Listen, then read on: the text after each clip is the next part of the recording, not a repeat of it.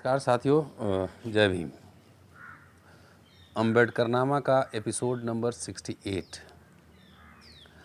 इसमें हम बात कर रहे हैं कि कैबिनेट मिशन और कांग्रेस के साठगांठ और दलितों के हितों की अनदेखी करने के खिलाफ डॉक्टर अंबेडकर के नेतृत्व में शेड्यूल कास्ट फेडरेशन के प्रतिरोध आंदोलन की। पिछले एपिसोड में हमने पूना सत्याग्रह की बात की थी और इस एपिसोड में मैं नागपुर सेंट्रल प्रोविंसेस की कैपिटल नागपुर चलेंगे और उसके बाद लखनऊ में क्या घटनाक्रम हो रहा है उसको देखेंगे कि लखनऊ में भी बड़ा प्रोटेस्ट आयोजित हुआ था और ठीक आज़ादी से 4 महीना पहले की बात है। तो पहले चलते हैं नागपुर में 4 सितंबर को अनुसूचित जाति संघ के लोगों ने विधानसभा भवन जाने वाली 7 सड़कों पर प्रदर्शन जारी रखा। 203 लोग, पुरुष और 20 महिलाएं गिरफ्तारी दी इन्होंने और इन पर जो है 144 का उल्लंघन और बगैर अनुमति के परिसर में जाने के जुर्म में इनको गिरफ्तार किया गया। 18 नाबालिग लड़के थे जिनको छोड़ दिया गया बाद में। कुछ पुरुष अपने साथ बिस्तर लेकर गए थे कि जेल में वो रह सके आराम से। और इस समय जिन लोगों की गिरफ्तारी हुई उन सब ने ब्रिटिश सरकार मुर्दाबाद, कांग्रेस सरकार मुर्दाबाद और डॉक्टर अंबेडकर जिंदाबाद के नारे लगाए। 12 तारीख बहुत दिलचस्प है। 12 तारीख को नागपुर में जो केंद्रीय प्रांत का जो शेड्यूल कास्ट फेडरेशन था उसके 243 सदस्य 12 सितंबर को गिरफ्तार किए गए और इसमें 6 महिलाएं और 9 लड़के भी शामिल थे।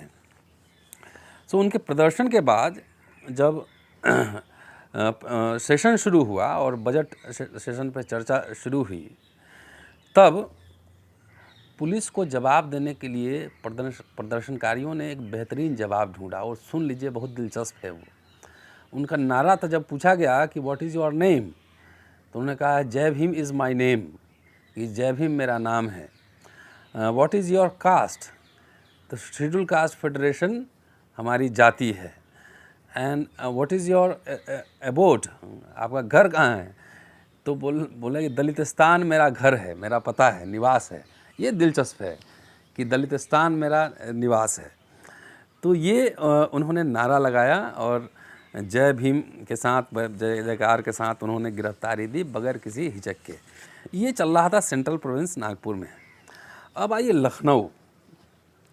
लखनऊ में 3 अप्रैल 1947 से आंदोलन चल रहा था, शुरू हुआ था और 14 अप्रैल 1947 को 3 नेता जिनका नाम था दादा साहब फुल्लीदास जी, जो अनुसूचित जाति परिसंघ के कार्य समिति के सदस्य थे और कानपुर के नगर आयुक्त थे, श्रीमती फुल्लीदास उनकी पत्नी और तोताराम अध्यक्ष थे अनुसूचित जाति परिसंघ के।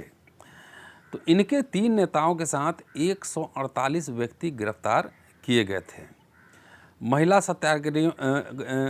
महिला जो सत्याग्रही थी वो सभा के चैम्बर में घुसकर 15 मिनट के लिए वहाँ पे कार्रवाई चलाना असंभव कर दिया।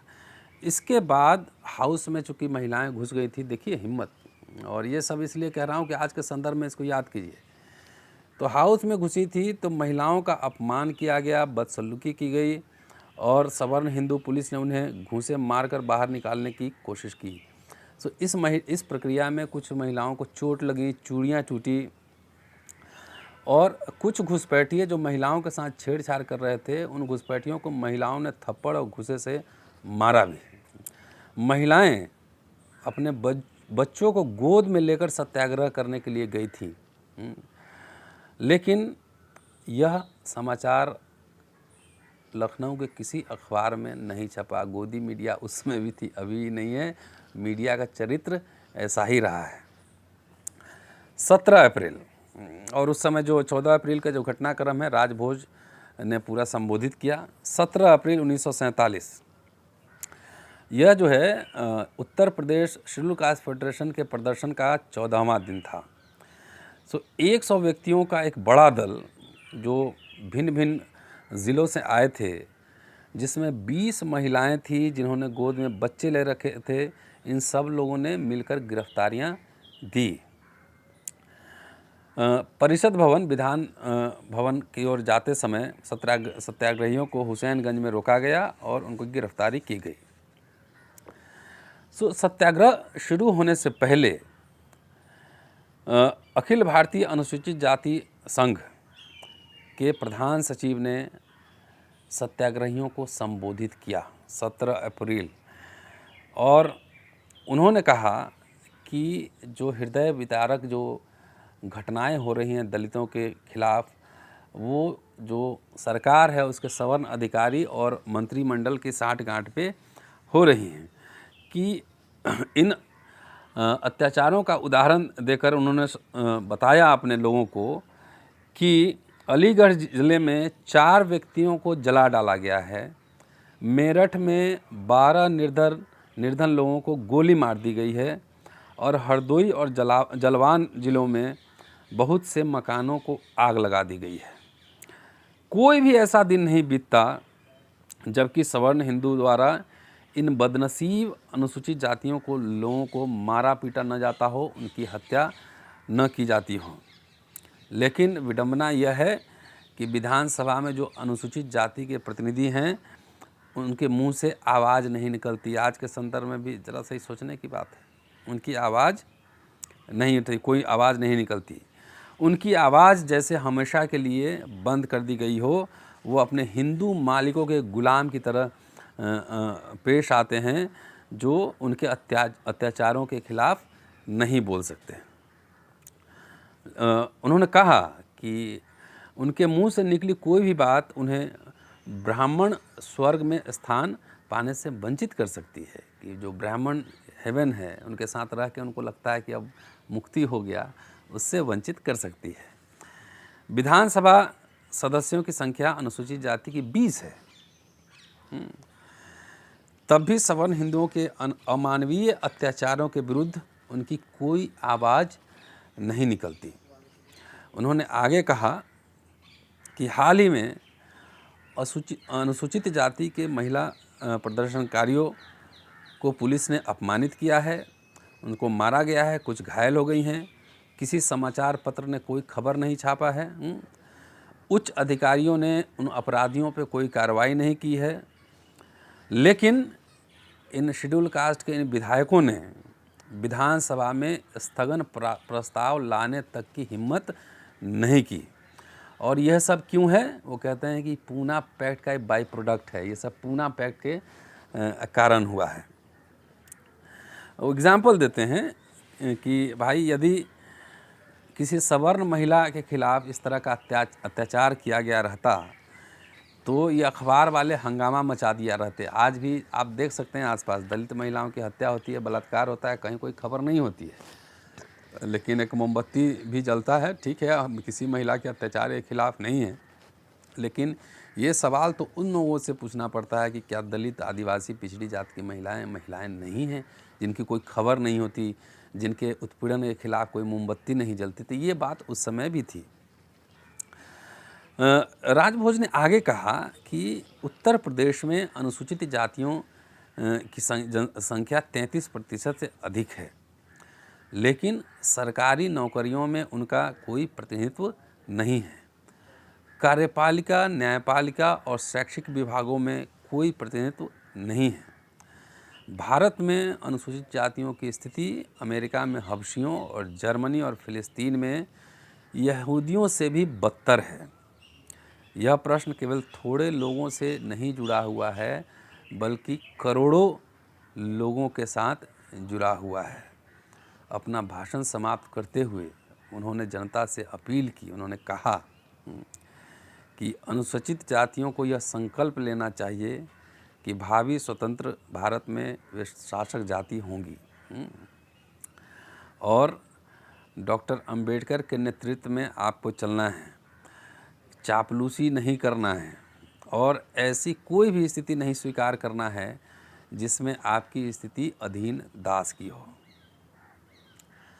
अगला दिन 18 अप्रैल 1947 15वां दिन है आंदोलन का।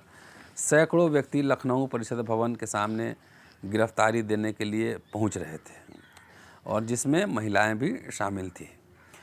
कि इस समय दिलचस्प ये है, आप सोचिए हम लोग अभी 2020 में हैं और मैं कहानी सुना रहा हूँ 1946 की, कि महिलाएं जो थी अपने पति, बेटों और भाइयों को गिरफ्तारी देने के लिए भेज रही थीं। अनुसूचित जाति की महिलाएं अपने भाइयों को, अपने बेटों को, पतियों को गिरफ्तारी देने के लिए भेज रही थी। गिरफ्तारी से पहले उस दिन राजभोज की गिरफ्तारी हुई। गिरफ्तारी से पहले राजभोज ने कानपुर के बदलू राम सोनकर को उत्तर प्रदेश का के लखनऊ सत्याग्रह का प्रभारी नियुक्त किया। गिरफ्तारी से पहले उन्होंने फिर अपने लोगों को संदेश दिया। उन्होंने कहा कि अब यह स्पष्ट हो गया है कि भविष्य में प्रत्येक चीज़ के लिए हमें अपनी शक्ति, संसाधनों और आत्मविश्वास पर निर्भर होना होगा। हमें अपनी लड़ाई स्वयं लड़नी पड़ेगी, अकेले लड़नी पड़ेगी। प्रायः लगता है कि यह मामला अनुसूचित जाति बनाम शेष जातियां हो सकता है। हमने बार बार दरवाज़ा खटखटाया लेकिन दरवाज़ा नहीं खोला गया। शायद हमें दरवाज़ा तोड़कर ही अंदर जाना पड़ेगा। कुछ हम चाहते हैं और जो हमारा हक है वो प्राप्त करना होगा और हम प्राप्त करके रहेंगे। और इसके लिए मैं अनुमान लगा रहा हूँ कि हमारे लोगों को और ज़्यादा कठिनाइयाँ सहनी पड़ सकती हैं। इसका सामना करने के लिए हमें एकमत और एक स्वर से संगठित और मजबूत होना चाहिए।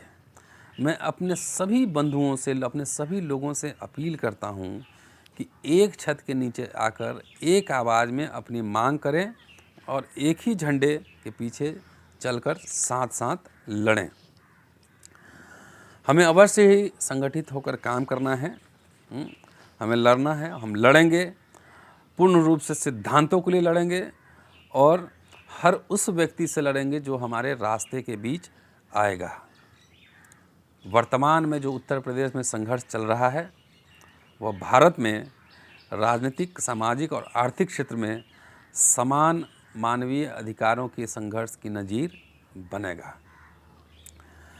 कहते हैं कि Uttar Pradesh schedule caste federation के इस सत्याग्रह में भागीदारी करने का मेरा कोई मन नहीं था, लेकिन महिलाओं पे, इस हिंदू मंत्रिमंडल के समक्ष हमारी महिलाओं पे जिस तरीके से अमानवीय अत्याचार और व्यवहार किए गए, मुझे इस आंदोलन में शरीक होने के लिए, भागीदारी करने के लिए मजबूर कर दिया। और जब तक हम इस अपमान का बदला नहीं लेंगे, अनुसूचित जाति का कोई भी व्यक्ति चुप नहीं बैठेगा। हमें अपने लक्ष्यों को प्राप्त करने के लिए डू और डाई करना है, चाहे हमारी जान भी चली जाए, लेकिन हमें जो लक्ष्य प्राप्त करना है वो लक्ष्य प्राप्त करके रहेंगे।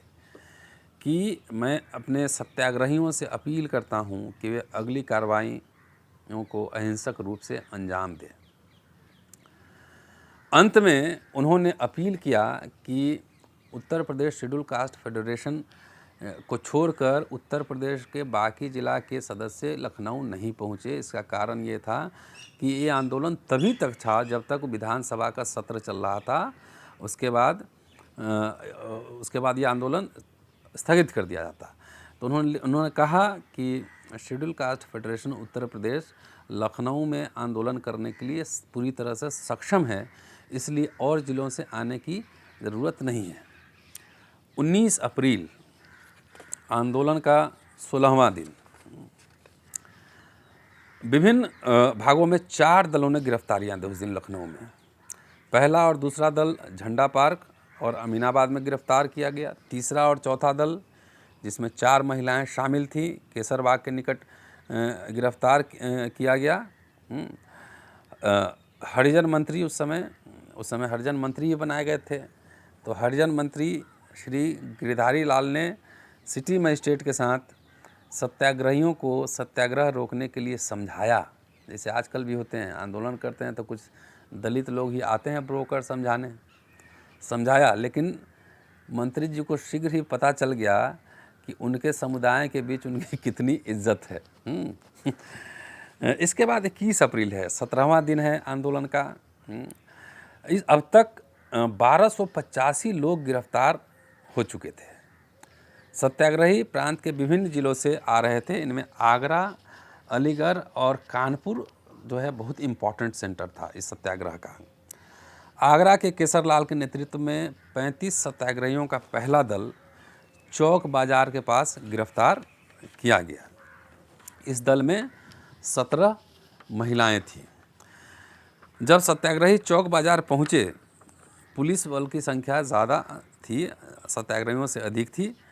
उन्होंने अहिंसक शांतिपूर्ण प्रतिरोध सत्याग्रह कर रहे लोगों पर लाठियां चलाई, जिसके फलस्वरूप केसरलाल जी और उनकी बेटी गंभीर रूप से घायल हो गए।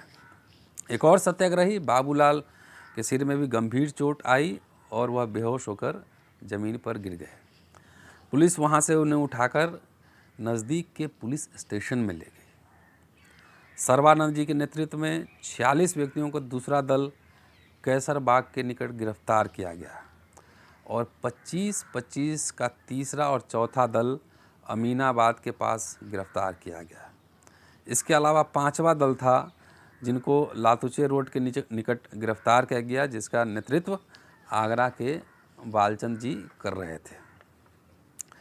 पुलिस ने शांतिपूर्ण प्रदर्शन कर रहे सत्याग्रहियों पर लाठीचार्ज किया था और उस समय कांग्रेस की सरकार थी वहाँ पे, और पंत साहब जो है वहाँ मुख्यमंत्री थे, इसलिए अनुसूचित जातियों में काफ़ी नाराज़गी थी। इसके साथ साथ जो सत्याग्रही गिरफ्तार किए गए थे उनके साथ बदसलूकी की गई, उन्हें C क्लास में रखा गया और इससे बहुत ही उत्तेजना और नाराज़गी पैदा हो गई और अछूत अब उस समय उस भावी रामराज्य की कल्पना कर रहे थे जिसमें सवर्ण हिंदुओं के वे वास्तविक गुलाम होंगे। आज की स्थिति में भी उत्तर प्रदेश को देख लीजिए, चाहे देश को ही देख लीजिए, राम राज्य है यहाँ इस देश में, क्या हालत है जरा ऐसी कल्पना कर सकते हैं। कोरोना में मजदूरों का जो पलायन हो रहा है, एक बच्ची साइकिल चला के 1200 किलोमीटर पिताजी को ले जाती है घर, स्कूल जाने वाली बच्ची, तो देख लीजिए क्या हालत है, वो भी दलित बच्ची है। अब आइए 22 अप्रैल 1947, 3 दिन विधानसभा बंद रहा और 22 तारीख को खुला। अब सत्याग्रहियों ने क्या किया कि शहर में अलग अलग प्रदर्शन करने के बजाय विधानसभा भवन के सामने प्रदर्शन का प्लान बनाया, प्रदर्शन किया। कानपुर के जोधाराम के नेतृत्व में 30 लोगों के प्रथम दल, जिसमें 7 महिलाएं थीं, रास्ते में ही गिरफ्तार कर लिया गया। आगरा के श्री हरिचंद जी के नेतृत्व में 32 व्यक्तियों के दूसरे दल को सभा भवन के सामने गिरफ्तार किया गया। 40 सत्याग्रहियों का तीसरा दल, जिसमें 4 महिलाएं थीं, हजरतगंज के निकट गिरफ्तार किया गया। दिलचस्प है, जो सत्याग्रही नारा लगा रहे थे, जरा नारों पे जरा ध्यान दीजिए। नारा लगा रहे थे सवर्ण हिंदू कांग्रेस मुर्दाबाद। तो कांग्रेस, अंबेडकर भी बार बार लिख रहे थे सवर्ण कांग्रेस। तो ये राजनीतिक पार्टी अपने आप में कुछ नहीं होता है, वो सोशल फोर्सेस को रिप्रेजेंट करती है। आज की जो कांग्रेस वो कांग्रेस नहीं है जो आज से 80 साल पहले रही होगी। वो सारे सोशल फोर्सेस बीजेपी में जाके सिमट गई है। ये समझिए, काल परिस्थिति संदर्भ के हिसाब से मुद्दों को समझना पड़ता है। दूसरा नारा था बेगार पद्धति मुर्दाबाद। तीसरा नारा था करो या मरो, डू और डाई, पृथक निर्वाचन क्षेत्र चाहिए। चौथा नारा था पंत मंत्रिमंडल मुर्दाबाद और 5वां नारा था उत्तर प्रदेश विधानसभा के हरिजन सदस्य मुर्दाबाद, हरिजन विधायक मुर्दाबाद। तो ये नारे अब भी लगते हैं। कि दिलचस्प है कि ये सारी घटनाक्रम हो रही थी, महिलाओं पे लाठियां चल रही थी, अपमानित की जा रही थी, बेइज्जती हो रही थी, लेकिन समाचार पत्रों ने कोई खबर नहीं छापी। और आज के संदर्भ से अगर आप देखेंगे तो कुल मिला-जुला के स्थिति वही भी है कि आज भी मीडिया वाले जिस तरीके से व्यवहार करते हैं, हम लोग एक्टिविस्ट भी हैं, हम लोग समझते हैं, देखते हैं, लेकिन अब सोशल मीडिया है, सोशल मीडिया के सहारे हम लोग बहुत सारा काम कर लेते हैं। उस दिन तक कुल 1387 गिरफ्तारी हुई और 22 तारीख को ही केवल 102 गिरफ्तारी हुई थी। अब जो गिरफ्तार किए गए थे लोग, उनके ऊपर प्रोसीडिंग चला। उसमें मुख्य रूप से जो थे प्रधान महासचिव PN Rajbhoj, Akhil Bharatiya schedule caste federation के, इनको जो सिटी मजिस्ट्रेट थे उनका नाम था BD सांबल। इन्होंने उनको दोषी पाया और 6 महीने की कैद की सज़ा दी। दूसरे अनुसूचित जाति नेता श्री गोपीचंद पीपल को इसी आरोप में 1 माह की कठोर सज़ा दी गई। श्री तिलक चंद कुरील, अध्यक्ष Uttar Pradesh schedule caste federation, इनको मजिस्ट्रेट ने 500-500 रुपये का 2 सिक्योरिटी जमानतें जमा करवाई कि 6 महीना तक वो शहर में शांति बनाए रखेंगे, इसका निर्देश दिया गया। मजिस्ट्रेट ने तकरीबन 60 महिलाओं और बच्चों को चेतावनी के साथ रिहा कर दिया और ये था बेसिकली। हमने एक एपिसोड बनाया था या 6 या 7, जिसमें डॉक्टर अंबेडकर अप्रैल 1948 में जब भारत आज़ाद हो गया था तब वो लखनऊ गए थे और पूरे घटना की उन्होंने चर्चा की थी और आह्वान किया था। आज़ादी के बाद भी, जबकि वो मिनिस्टर थे, लॉ मिनिस्टर थे, 1948 वो मिनिस्टर थे, उन्होंने आह्वान किया था, जिसकी वजह से संसद में भी आवाज़ उठी थी और उन्होंने स्पष्टीकरण दिया था डॉक्टर अंबेडकर ने कि मैं वहाँ किसी सरकारी कार्यक्रम में नहीं गया था, मैं शेड्यूल कास्ट फेडरेशन के कार्यक्रम में गया था और मुझे अपने लोगों के बीच अपनी बात रखने का अधिकार है। साथियों, इस आंदोलन की हमने चर्चा की। बताइए, वो महिलाएं अपने बेटे भाइयों को भेज रही थी, गिरफ्तारियां दे रही थी, उनके लाठी डंडे चल रहे थे, वो लाठी डंडे चले और गिरफ्तारियां हुई, उसकी वजह से कुछ अधिकार मिले।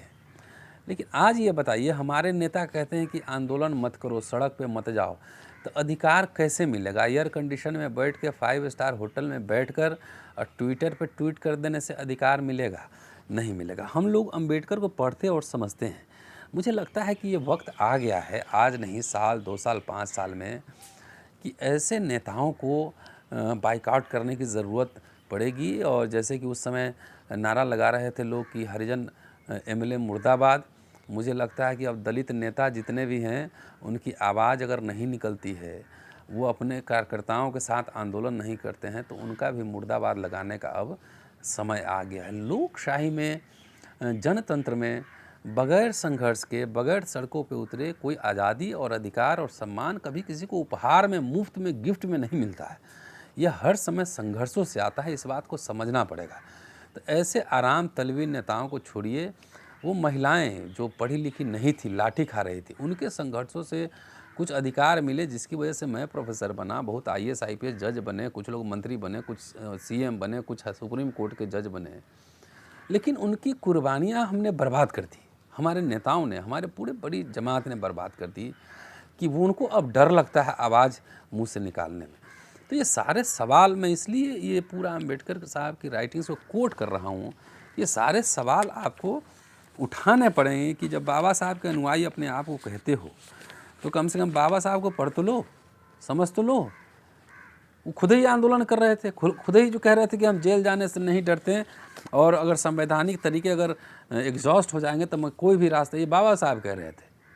तो हमारे नेता तो बोलते ही नहीं, सब बंधुआ मजदूर हम लोग को समझ रहे हैं। तो क्या आप चाहते हैं कि आप ज़िंदगी भर इसी तरह बंधुआ मजदूर बने के रहेंगे, कि अपने घर से डॉक्टर अंबेडकर निकालेंगे, अपने घर से फूले निकालेंगे, अपने घर से सावित्री बाई निकालेंगे, अपने घर से कर्पूरी ठाकुर निकालेंगे, अपने घर से काशीराम निकालेंगे? जब तक ये नहीं करेंगे, जब तक आंदोलन एक पॉलिटिकल ट्रेनिंग, पढ़े लिखे, पढ़ाइए लिखाइए, उसको पॉलिटिकली ट्रेंड कीजिए, तब जाके आज़ादी और अधिकार और सम्मान आपके बचेंगे। नहीं तो मैं पढ़ते जा रहा हूँ, बोलते जा रहा हूँ, मैं तो एक शोधार्थी हूँ, अदना सा आदमी हूँ, जो मेरे हिस्से का काम है उसको करने की कोशिश कर रहा हूँ। हो सकता है कि इसमें बारीकियाँ मैं नहीं समझ पा रहा हूँ, मेरे से चूक हो, गलतियाँ हों, आप समीक्षा करिए। लेकिन आंदोलन को तेज़ करना है तो बाबा साहब को पढ़े बगैर और बाबा साहब को समझे बगैर, जो दिन भर जय भीम, मैं भीम की अनुयायी हूँ और मैं भीम का अनुयायी हूँ, ये सब छोड़िए। ये सबसे काम नहीं चलने वाला है। ये हवाबाजी, ये गपौड़ी छानने से कुछ नहीं होने वाला है। अनुयायी हैं तो एजेंडा सेटिंग कीजिए, मैनिफेस्टो लाइए, और दलित महिलाओं का बलात्कार हो रहा है, हत्याएं हो रही है, इतनी हकमारी हो रही, रिजर्वेशन खत्म, आवाज़ क्यों नहीं निकल रही? तो ये सब ऐसे फर्जी लोगों से हमें बचना पड़ेगा। आप अपने अपने घर से थिंक टैंक बनाइए, इसलिए मैं ये सब पढ़ के आपको बोल रहा हूँ।